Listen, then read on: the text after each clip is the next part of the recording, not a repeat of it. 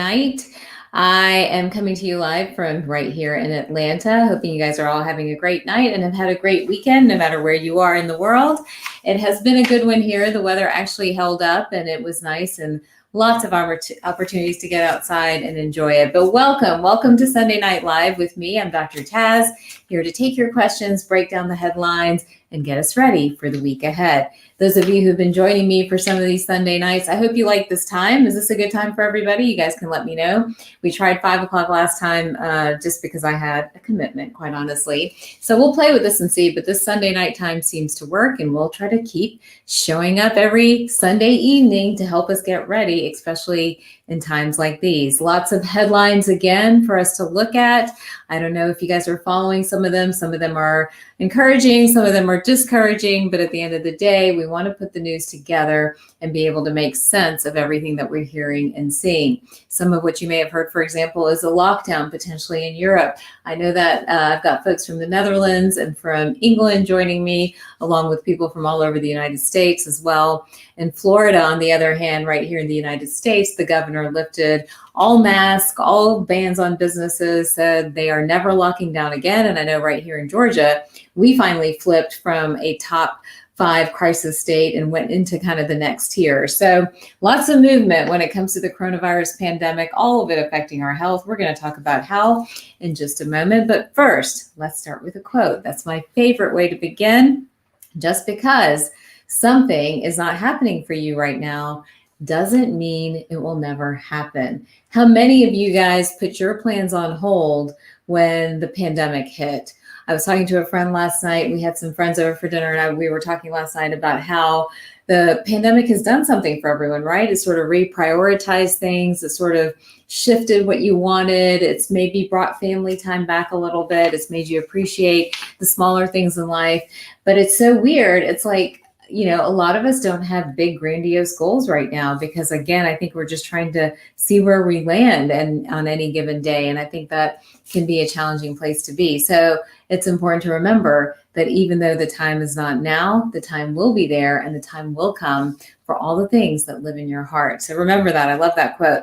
All right. In Dr. Taz world, what is happening? I know you want to know. So on the blog, great blog articles. I hope you guys are checking out the blog every week. On the blog, we have this surprising symptoms of PCOS. PCOS Awareness Month is this month in September. And so if you don't know what that is, all the more reason to check out the blog. It's polycystic ovarian syndrome. And if you go to drtaz.com/blog, you'll see all the information there that you need about PCOS. It is really what got me into the world of integrative and holistic medicine, really thinking about East-West medicine as the future, because I wasn't getting answers when it came to our conventional system. So check out my blog. We've got the YouTube channel growing and developing as well. So check out my YouTube channel, Dr. Taz MD as well, DRTAZMD, where we've got videos uploaded weekly on your immune system, on health, on the headlines, and just fun stuff as well. So check that out. And we'll have more webinars coming up in October. October is right around the corner. This is actually my favorite time of year, by the way. I love fall and where it gets a little bit crispy here in Atlanta and the leaves change colors. I love it. So I'm excited about October, even if it is October 2020, but October right around the corner. But remember, we want to talk about some important health themes in October. Protecting your immune system is going to be very important as we start talking twindemics. You've probably seen that word float around a bit, and it's also Breast Cancer Awareness Month. So webinars coming. And remember, if you join the tribe, the Taz tribe, and I've got a link up on my bio and on my Instagram bio, and you can go to drtaz.com if you're on Facebook or YouTube and join that way as well. But remember, all these webinar links get delivered directly into your inbox, along with first, kind of sneak peek views of our specials and promotions, and all my guides. They come right to your box rather than having to kind of download them. So join the tribe. If you haven't done so, go ahead and join. What are you waiting for? It's drtaz.com/Taz-tribe. And we're going to have a lot of fun there. We do some private Facebook groups as well, too, which is so much fun. All right, let's one more announcement. Sorry. The Jumpstart. For those of you who did that with me in August, I believe is when we did it last. We're going to do it again towards the end of October, probably right after Halloween, to help detox before we go into another holiday season with a lot of sugar and all kinds of stuff. All right. Let's break down these headlines. I know that's what you guys really want to talk about. Let's look at the numbers. So here in the United States, we're at 7 million cases, 204,000 deaths. We kind of hold steady at a death rate right under 3%. Some people are comparing this to the flu, and they're talking about the twindemic, where the flu is going to hit along with COVID. And what are we going to do? No need to panic. Please don't panic, but let's keep the numbers in perspective. The flu, just out of comparison, caused about 39 million to 56 million cases, so a lot more widespread than COVID, but it caused fewer deaths. It was around 24,000 to 62,000 deaths between October and April 4th in the United States last year. And so that puts your death rate significantly lower when we look at the flu versus COVID. But again, when we have both hitting at the kind of the same time, we want to make sure our immune systems are primed and we're doing everything we really need to do to take care of our health. And, I hope you guys are taking care of your health. I hope you are doing everything we've been talking about all these months. You're probably tired of hearing me talk about it, but we're going to reinforce it again, that taking care of your immune system is the number one way to fight this thing, along with hand washing. I still believe in wearing masks. I think it's one way to protect your neighbor and protect somebody that you are concerned about. So those are things we can continue to do.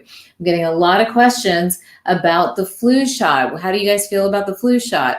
How many of you have gotten a flu shot so far? Here's the challenge with the flu shot. Many people shy away from the flu shot because they swear it's not effective or they've had a bad reaction to it. Historically, you're not wrong. The effectiveness of the flu shot has been around 19 to 60% when we look backwards in time to see how effective it's been. But here's what it does do. It does bring the caseload in a community down. And that caseload coming down means it lowers the chances people are going to spread it or, spread it, within a group. That becomes important this year in particular when we're dealing with a virus that the information keeps changing on at any given moment. Right now, the CDC is arguing about whether it's airborne or not. So again, I think that this is a year to consider getting that flu shot, along with really taking care of your immune system, really making sure you're optimizing all those things that we've been talking about. And we've got some studies too to back that up. And we're going to talk about those in just a minute. So the twindemic has been in the news, and this is what everyone's talking about. Again, I don't want you guys to be scared. You guys can beat this. Now, for those of you, though, who are holding out hope that you're not going to emerge from your homes until we get a vaccine, don't hold your breath for too long. We may not see you, because getting a vaccine is tricky. While we've got our experts coming out saying that we might have a vaccine by December or January, we may not have enough of it for the population until April or May of 2021. Are you guys going to stay locked up in your homes until late 2021? The answer is no, because we're going to be dealing with the next pandemic if you do, which is a mental health crisis unseen in any other generation. So here's what we've got to do. We've got to continue taking care of the immune system. I have an article here talking about COVID vaccine. And yes, while everybody's working, we're also working on in-between or bridge treatments, right? And those are going to be antivirals, remdesivir, dexamethasone. These are drugs that are being used right now when patients get sick, and even using monoclonal antibodies and other technology to try to keep people well as we deal with the COVID and understanding what we need to do to stop the spread. Now, again, we've got, actually, let me go ahead and pull that. There's a detailed study coming out of the Boston University School of Medicine talking again about vitamin D and the importance of vitamin D in protecting the immune system. They're recommending that vitamin D levels in this particular study stay at least 30. I say 50 to 70 to keep that immune system primed to prevent cytokine storm. You've got everybody, even your CDC and infectious disease experts, talking about the importance of vitamin D. So make sure your vitamin D levels are up. As we go into winter, it's even more important to make sure those levels are up. And if you are pigmented, you're not really absorbing a lot of vitamin D from the sun. So getting it from the sun is not really the answer. And remember, there are incredible high vitamin D foods like fatty fishes, nuts, seeds, all that other stuff to help get your vitamin D levels up. But you probably will need, especially in this season, to supplement a little bit. I see some questions coming through. We'll address those in just a moment. Give me a second to go through these headlines, and we'll then answer all those different questions coming out. All right, here's the deal with COVID-19. Actually, here's a question that I just saw pop up. Is COVID-19 bad? COVID-19 is a disease of your immune system. It is how your body is going to respond to this particular infection. That's what makes it bad, because it is such a reflection of your personal health and your overall immunological status.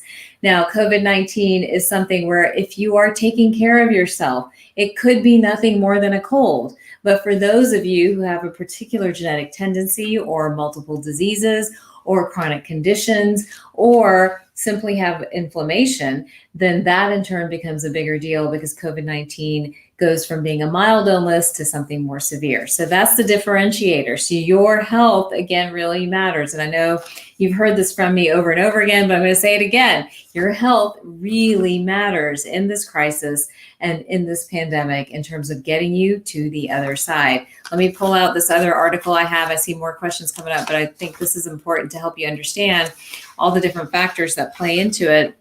But there was a study done that showed certain people with severe COVID, now this one is from Rockefeller University, but certain people with severe COVID, these are the young folks. And we already knew it was an issue for the elderly, right? It was an issue for the elderly, the immunocompromised, people on big drugs like biologics. I've had a few of those patients in the practice. They get the more severe complications of COVID. But here we're seeing that, take those factors aside, the cases you're seeing where the younger folks are getting it, those patients may lack type 1 interferon, a set of 17 proteins crucial for protecting the body from the virus. So it's an immune system issue. Again, it's not just the virus. So it's also an immune system issue. So another 3.5% carry a mutation where they don't have this particular protein to help protect their immune system. So again, this is a disease, it's an infectious disease, but its manifestation, like many other infectious diseases, is highly dependent on what your immune system is doing.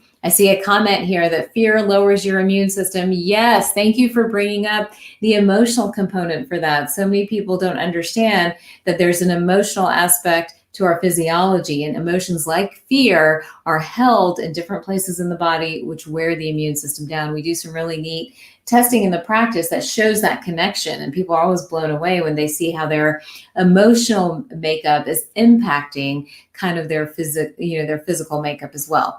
All right, Emmy, you had a question about vitamin C and zinc, and does Boost interact with any medications? Boost doesn't interact with any medications that I know of, but it's always a good idea to cross-check that with us just to be sure. You may want, remember, if you're on thyroid medication, you want the thyroid medication separated out from any other supplement or medication, quite honestly, by at least 30 minutes to 45 minutes for effectiveness. So keep that in mind. What dose of vitamin C and zinc? I'm recommending 2 grams of C, and then again, 15 to 30 milligrams of zinc daily. So keep that in mind. What vitamin D do you recommend? What daily dose? 2,000 units a day for most people, but get those levels checked. You want them to be roughly around 50. It's okay to be as high as 100, but you probably don't want your level to be over 100. So that's why it's a good idea to get that level checked and understand where you stand. So hopefully that's helpful for you. In terms of brands, we have a lot of vitamin D on our practice website at centerspringmd.com. It's CNTRE springmd.com. So check it out. And if you need some vitamin D, you can use the brands that we have there. There's so many brands over the counter as well. Carlson's makes a great vitamin D. Nordic Naturals has some vitamin D. Those are some of my favorites also. All right, let's see. We're getting questions coming through here, and I certainly don't want to ignore them. Let me see if can people like age through 10 through 27? Again, remember, we never want to talk about people dying from COVID. We want to talk about their immune systems. So I wouldn't make any generalizations. I would think in terms of how healthy is your immune system. A 10-year-old with a really weak immune system is going to be as vulnerable as an 85-year-old with a weak immune system as well. So that's why you really have to have a conversation about immunity rather than having a conversation just about the virus. Is it possible to have just a cold instead of people saying it's COVID? Absolutely. And great question, or great comment, I guess, because cold versus flu versus COVID, that's going to be the challenge for the winter. Do I really have just a cold, or all of a sudden am I getting COVID, or what's happening? I think that in general, COVID usually makes people feel super tired, really run down, a little bit flu-like, and then may or may not have a fever. A cold is usually going to be kind of limited up here. I think testing is going to be so important in differentiating which one it is. So testing and ruling out COVID and then maybe getting it down to a flu versus cold is going to be incredibly important this winter, because I think it's really going to be hard to tell. And even at the practice, we're trying to come up with how we're going to test and how we're going to screen to be able to know the difference. Is amoxicillin good for COVID or flu? No. Amoxicillin is an antibiotic. We don't need antibiotics for viral infections. If instead, viral infections are highly dependent on your immune system. Again, the food you eat, how you sleep, your stress, your vitamin D levels, your C levels, your zinc levels. These are the things that are going to matter when it comes to a virus. Amoxicillin won't make a difference. All right, let's see. I think I got most of the questions that had popped up through here. Let's see. Is it smart for kids to go back to school? Oh my goodness. All right. Is it smart for kids to go back to school? Yes. And I'm going to go into why I think that way in just a minute. You're going to start to see, as reports are coming out now, about the incredible mental health crisis that we're about to be dealing with. Children need to be in school. That's how they learn. They have structure, they have order, and they can't be on a screen learning, for 5 and 6 hours a day. It's completely unrealistic. So I do think that children need to be in school, but there's a way to do it. There's a way to do it and put restrictions in place and create pods and test frequently to kind of understand what's happening. And you have to look at the community as well. So yes, I do. Okay, let's see what else we've got. Talked about school. The test in the nose. Yes, well, they need saliva or they need snot. I don't know another word for it. They need snot to be able to test and understand whether you do or do not have COVID. So that's why they go that deep in the nose when they're doing their testing. Another question is, what do you think? Will they find a cure, and how will they get people to take it? So this is a virus. This is a coronavirus, by the way. So the virus will continue to change and mutate. It's probably here to stay. So they may not find a cure, but instead they may find strategies to minimize how sort of virulent or how disease-provoking the virus is. And again, it is your immune system that is critical, and it's going to be really important. When do you think COVID will go away for good? I think it might be here to stay, unfortunately. So I think it might be here to stay. I think like many other coronaviruses, it'll come and go. It'll weaken, get stronger. It'll be all over the place, but we would have been exposed and we will mount a response, and some of us will never get affected by it. And those of us who have weaker immune systems will in turn start to have issues. All right, is it safe to take beetroot supplements? Absolutely. I love beetroot. I think that's a great supplement to take. It's actually really high in iron as well. So yes, it is safe to take beetroot supplements too. Okay, I had a couple of other things I wanted to talk to. Getting so many great questions today. Is everyone doing okay? I hope you guys are all feeling okay and doing well. Again, if you're just joining, I'm Dr. Taz, and we every Sunday night break down the headlines and kind of go through what's new in research and what your questions and concerns are. And as you've just seen, we have so many great questions coming through about coronavirus. Really is where the focus is right now. I think many people are worried about cold versus flu versus COVID and how they're going to know the difference. And I think these are all really great questions. And remember, I address a lot of this on my YouTube channel. I have great articles on the blog talking about your immune system, hormones, and more if you go to drtaz.com. And for those of you who join the Taz Tribe, we've got the link in the bio, or it's right there on the website. You'll get all kinds of goodies. You have webinar links right to your inbox, all my guides and content that really help us live a superpowered life. And then finally, last but not least, sneak peeks into any specials we're doing, and then announcements about our Facebook groups as well, which is private.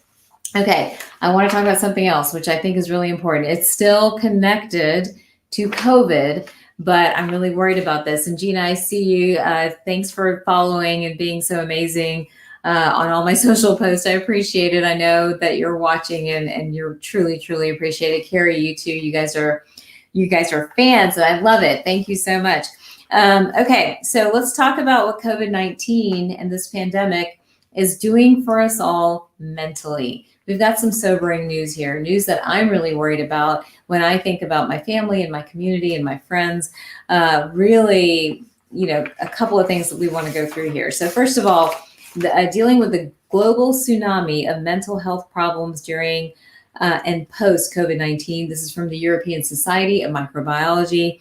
The concern here is that mental health problems were already a leading cause of suffering and the most neglected issue globally before the pandemic. The pandemic will worsen the social determinants of mental health, fueling and worsening this crisis. So concerning, so upsetting. We already knew, for example, it goes on to talk about the 2008 recession here in the United States, where there was an uptick in suicide and drug abuse. Now this is a global pandemic. The concern is that it's setting people back. It's setting people back. As many as 100 million people might be pushed into extreme poverty through all countries, rich and poor, and that we need huge levels of government support to really help the mental health sector, because the whole kind of trifecta of diagnosis, drugs, and doctors is not going to cut it this time. It's going to take a community. It's going to take all of us coming together, supporting one another to help rise above what's happening, to see a way forward, and to uplift each other. This is real, guys, and this is happening. It's talking about the need for your community doctor, your family doctor, to be your advocate. If you're feeling off, if you're feeling anxious, if you're feeling depressed, if you're feeling like there's no hope and there's only despair ahead, that relationship is going to be critical. So here's what I would do, guys, when I'm looking at this. Again, I don't like to read articles and headlines to scare you guys. You know that by now. But here's what I do like to do. I like to be ahead of the game. So for all of you that are watching and listening today, start to build your communities. Build a community for your mental health. Who is in that? Who can help identify when you're going off track, when the light suddenly goes out of your eyes, or you're not feeling that great? So friends, family members, spiritual leaders, your religious group, volunteer groups, your work family, whoever it is, put those people together and really have a strong community where you can turn and you feel comfortable asking for help, asking for support, reaching out, so that people can all come together and support one another. This is really going to be a challenging time as we navigate the next 6 months. The first few months we were in shock, right? Now we were sort of in an adjustment phase, but then we're going to be in disbelief, and then the anger and the rage and the depression will set in, and we don't want that. We want to rise above that. So I challenge each of you to build that community for you and to help others do the same, to spread the message so that we're all going to be okay. COVID-19, again, in another article by the American Psychological Association, is really causing anxious, upsetting dreams, especially in women. So I thought this was interesting because we talk about dreams all the time, but this is talking about how dreams are consistent, by the way, with our waking concerns. So whatever we're worried about, usually we will also dream about. But it's saying women are bearing more of the burden of caregiving, job loss, and other hardships. So they are having more disturbed dreams. This has happened before in natural disasters and wars, and now it's happening with the pandemic as well. For example, moms dreaming about the fact that their child in the entire classroom got COVID and ended up hospitalized. These are all real things that many people are dealing with currently, and they're not abnormal for the current crisis that we're in. Racism is a triple leg of this pandemic, where Asian Americans are targeted because this is, as some people call it, the China virus. And if you're Asian, that's for some reason you're responsible for it. So that's another part of this whole piece of the mental health puzzle, that if you're Asian American, African American, you've got another layer to this story that may really be affecting and rocking your mental health. So God bless you, seek help, build community, and all of us need to be patient and kind to one another so that we can get through these tough times. And last but not least, I don't even know whether to mention this, but COVID-19 is shaping your political opinion. Shocking. And what they're finding across the world is that for the incumbents, COVID-19 has meant that those incumbents have stayed in office because, again, nobody has wanted change at a time when there's already so much disruption. So those are the headlines for today. That is a mouthful. That's a lot. And I still think I got most of your questions answered as well. Oh my goodness, lots of great questions here. It's spreading in the Netherlands. I'm sorry, guys. I didn't realize that. I know Europe is having some issues too. And I know it's spreading throughout there, but I think we got almost everyone's questions in. Let's see, what kind of zinc would you recommend? So just a zinc chelate would be great.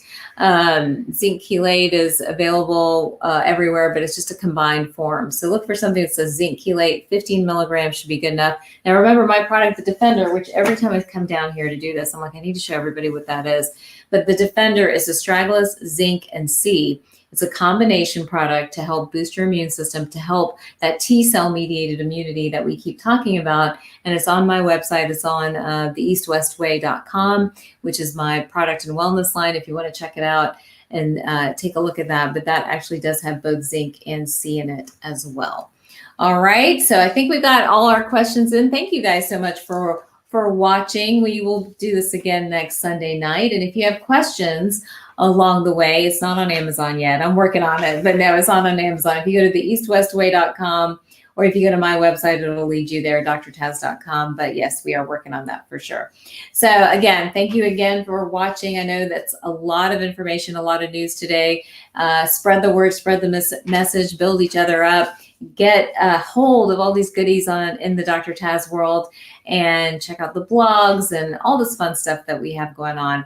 And I will continue to dig through these headlines, find the information that works to help the wellness that we want work for us. Because at the end of the day, wellness does matter. That's what this pandemic has taught us. And it's so much more important to power up than power through, and to find your Power RX and understand how you can protect yourself, your families, your loved ones, and your communities during this really troubling time. So I'm thinking of you all. Stay healthy, stay safe, stay super powered. If you have questions, text me, DM me. I'm everywhere. You can find me, and we will do this again. Have a great night. Have a great week ahead as well. Take care.